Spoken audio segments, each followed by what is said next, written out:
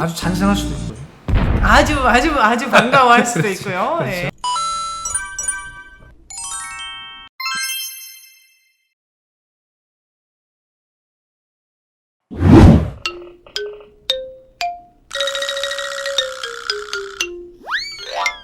그럼 볼리비아를 이제 코로나 때문에 예, 코로나 일찍 때문에 돌아오신 제가 거죠? 11개월 만에 돌아왔습니다. 그럼 다음엔 다시 또 볼리비아를 가시게 되는 건가요? 어떻게 되나요? 이제 그거는 이제 코이카에서 어디를 뽑느냐에 따라서 이제 달라지는데요. 이제 저는 볼리비아는 1년 있었으니까 볼리비아 말고 그 옆에 있는 같은 스페인어권 나라인 에콰도르나 뭐 푸에르토리코나 뭐 이런 다른 나라로 다음번에 갈 때는 일단 다른 나라로 갈 생각이에요. 특별히 그 남미 그쪽으로 선택하신 이유가 있으신가요? 처음에 볼리비아를 선택한 거는 제가 볼리비아를 약간 여행하고 나서 좋아했던 것도 있고요.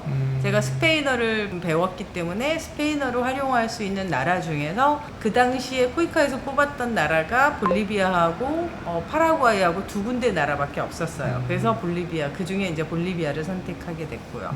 전 세계 여러 나라 중에서 아무데나 고르는 게 아니라 그 그렇죠. 티오가 있는 나라들이 그렇죠. 있는 거군요. 그때 코이카가 그때 뽑는 나라들이 있거든요. 그러니까 그 뽑는 나라 중에 제가 좋아하는 나라를 선택해서 선택을 할 수 있고, 근데 선택해도 또 다른 나라로도 제가 이제 오픈만 돼 있으면 다른 나라도 괜찮습니다라고 얘기하면 또 다른 나라로 파견이 될 수도 있습니다. 볼리비아는 물론 그 전에 여행을 가셔서 전혀 낯선 나라는 아니었겠지만 네. 어떠셨던가요? 거기 볼리비아에서 한국어 교사로 근무를 한다는 거가? 근무 여건이나 모든 거는 굉장히 좋은 편이었어요. 물가가 싼 거에 비해서는 기반 시설이나 이런 것들도 다 잘 돼 있고요. 그리고 저 같은 경우는 국립대학으로 그 주에서 가장 좋은 대학으로 파견이 됐기 때문에 그럼 거기 대학의 대학생들을 대학생들, 대학 안에 있는 한국어를 대학생들, 배우고 싶은? 네, 대학교 어학원에 개설된 한국어학과를 아하. 학과에서 저는 일을 했고요. 동남아시아 쪽은 주요 학생들이 한국으로 취업을 오고 싶은 학생들이에요. 그래서 한국어 취업을 위한 한국어 그 시험이 또 있거든요. 그 시험을 준비한 학생들이어서 학생들의 열의도 대단하고 굉장히 수업 참여율도 높고 한데 제가 있던 이제 볼리비아 같은 경우는 아무래도 한국을 올 수 있는 기회는 정말 거의 희박한 친구들이어서 정말로 한국어에 대한 열정, 케이팝에 대한 열정이 있는 학생들만 대부분이어서 초반에는 상당히 많은 숫자, 이제 풀로 수업을 35명 이렇게 차는데 이제 한 학기가 끝나면 졸업하는 학생은 10명 내외 뭐 그렇게 됩니다. 근데 우리가 생각하기에 그 먼 나라에서 거의 연고도 없는 한국어를 배운다는 것 자체가 뭐 한국어를 해서 그렇다고 취업을 할 수 있는 것도 아니고 그 나라에서는 그냥 단지 한국 노래나 한국 문화가 좋아서 한국어를 배우는 학생들이어서 어찌 보면 저희 입장에서는 신기하지만 또 고맙고 그런 입장이라서 굉장히 즐겁게 친구들하고 놀듯이 같이 공부하고 했습니다. 외국에 나가시는 분들은 수입이 보통 어떻게 되시나요? 거기서 특정한 뭐 숙소 제공도 되고 하나요? 그리고 수입도 있으신가요? 코이카 같은 경우에는 거기 현지 숙소하고 현지 생활비 정도는 부족하지 않게 나와요. 근데 술을 많이 드시면 부족하겠지만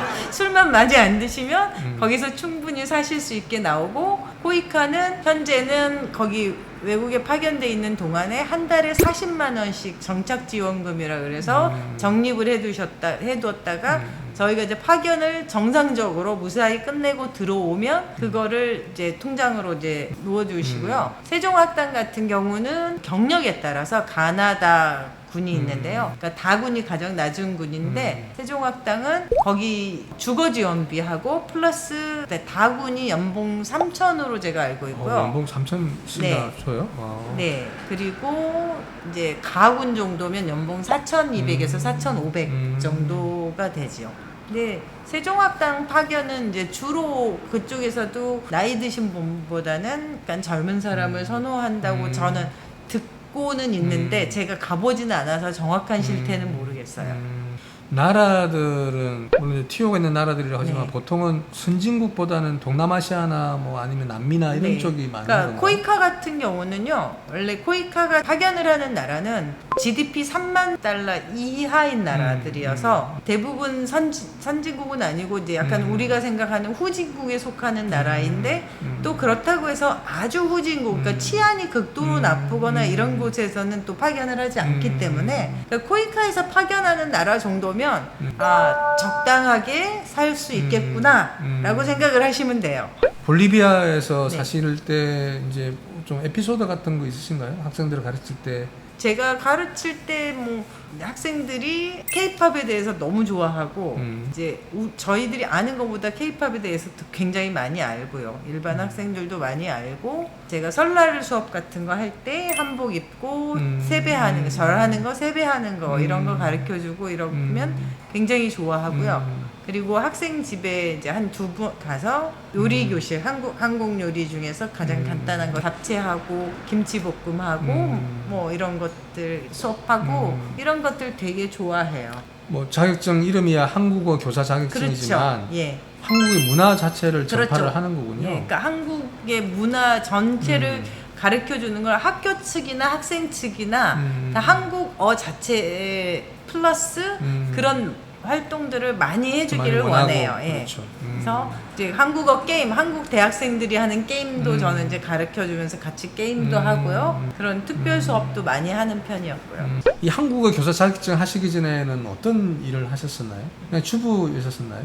좀 다양한 일을 했었는데요. 그러니까 저희 아이들 키우면서는 영어 강사를 한 8년 했고요. 그 다음에는 수학 강사를 횟수로 한 12년 정도 했고, 그리고 이제 아이들 다 대학 가고 나서 한 3년 정도는 이제 전업주부로 있다가요. 그 다음에 브런치 레스토랑을 해서 한 2년 하다가 건강이 너무 안 좋아지고 좀 사고도 좀 있고 해서 그만두고, 그리고 이제 한국어 교사 공부를 시작했습니다.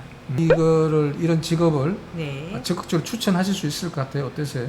만약에 이제 경제적 이익을 원하시지만 않는다면 굉장히 보람 있고 외국 생활을 경험하면서 또 직장 생활을 해본다는 게 사실은 쉽지 않거든요. 그러니까 외국에서 직장 생활을 한다 해도, 그러니까 어떤 기업에서 가면 자기 이해관계에 있는 사람들만 만나기 때문에 그거하고는 또 이제 저는 학생들을 만나서 학생들하고 생활을 하기 때문에 전혀 다른 경험을 하게 돼서 그런 거를 원하신다면은 저는 아주 적극적으로 권장합니다. 제가 항상 궁금한 게 하나 있어요. 네. 외국인들을 상대로 하는 네. 거잖아요. 볼리비아인들을 네, 네. 상대로 네. 하고 뭐 네. 동남아시아 뭐 필리핀 애들을 상대로 하고 그쵸. 한다면 현지인들이죠. 그럼 그 현지어도 해야 되는 건가요? 현지어를 할 줄 알아야 되는 거 아니에요? 그렇지는 어떻게 해요? 않아요. 그러니까 지금 생각해 보시면 저희가 영어회화 수업을 들을 때 영어회화 선생님이 한국어를 하는 거를 그닥 좋아하지 않거든요. 오히려 받는 학생들 그렇죠. 입장에서도 보면 그렇죠. 그냥 네이티브로서 계속 네, 영어만을 그렇게 하시는 하셔도 거를 예, 전혀 상관없습니다. 그게 더 공부를 한다고 예. 생각하는 것처럼 네네. 그러면 한국어 수업 시간에 한국어로만 계속 이야기한다는 거죠? 그렇게 해도 되죠. 근데 그렇게 하시려면은 공부를 많이 하셨어야 돼요. 왜냐하면 저 같은 경우는 영어 강사를 아이들부터 중학생들까지 영어 강사를 한 8년을 했기 때문에 그러니까 언어를 어떻게 가르치면 된다는 그게 어느 정도는 있는 상태에서 또 스페인어를 저는 이제 한 1년 정도는 공부를 했기 때문에 훨씬 편했고요. 전혀 그 나라 말을 모른다고 해도 가르치실 수 없는 건 아닌데 본인도 답답하고 학생들도 답답하기 때문에 어떻게 효과적으로 가르치실 수 있는지 교수법에 대해서는 많이 공부를 하시고 연습을 하시고 또 선배들의 영상도 많이 보고 하시는 게 좋겠죠. 거기서 이제 생활을 하셔야 되니까 그쪽 언어를 알거나 이제 영어를 하면은 훨씬 좀 편하죠. 본인이 마음이 좀 편해지겠죠. 그거 한번 물어보고 싶은데 가족의 동의 이런 것. 예. 코이카나 세종학당은 국가기관이기 때문에 가족의 동의가 꼭 필요해요. 만약에 배우자가 있으면 배우자의 동의가 필요하고요. 그러니까 자녀가 있으면 자녀의 동의가 필요하고요. 그러니까 한 명의 동의는 필요해요. 뭐 전원의 동의는 아니고 그 한 명의 동의를 서류상으로도 남겨야 되기 때문에 필요하거든요. 젊은 친구들 같은 경우는 부모 동의를 못 받아서 못 가는 친구들도 봤어요. 본인은 막 가고 싶은데 부모님들이 뭐 이제 뭐 모로코 뭐 이런 나라 뭐 간다 또 그 남미 하면은 막연하게 왜 굉장히 불안하게 불안하다 뭐 뭐 불안해서 거길 왜 가느냐 뭐 해가지고 못 가게 하는 경우가 있어서 못 가시는 경우도 있고 저희 같은 50대들은 배우자가 있는 경우에는 반대할 배우자 수도 있겠죠. 그쵸 배우자가 어렵죠 왜냐면 그것도 돈이 되는 것도 아니고 봉사활동을 몇 년씩이나 하러 가고 그렇다는 거에 대해서 반대할 수도 있는데 아주 찬성할 수도 있고요.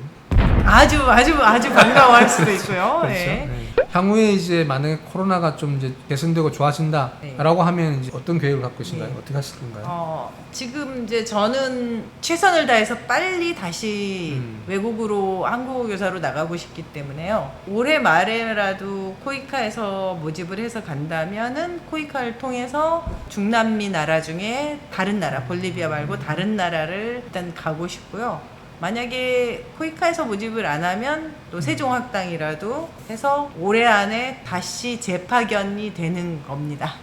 영상을 네. 보시는 분들의 주 연령대가 이제 저는 한 50대 정도, 40대, 네. 50대, 60대까지라고 네. 보는데 네. 뭐 그분들한테 특별하게 해주시고 싶은 말씀이 있으신가요? 예. 그러니까 제가 이제 그 코이카로 한국어 교사로 봉사단에 파견이 됐다가 이제 돌아왔다고 하면 자기 꿈이 로망이 은퇴 후에 외국에서 몇 년 정도 봉사활동 하는 거다라고 하시는 분이 굉장히 많이 봤어요. 굉장히 많이 봤는데 이제 선뜻 실행하시기는 조금 어렵긴 하겠지만 경제적인 뭐 보장도 있어야 되고 뭐 그렇기 때문에 또 저 같은 꿈을 가지고 계신다면 저는 이제 길게 잡았지만 한 번 가시면 2년이나 1년 그러니까 조금 망설이시면은 1년을 해서 가시면은 가보시고 해보시면은 굉장히 좋은 경험 인생에 있어서 아주 특별한 경험이 되실 것 같아요.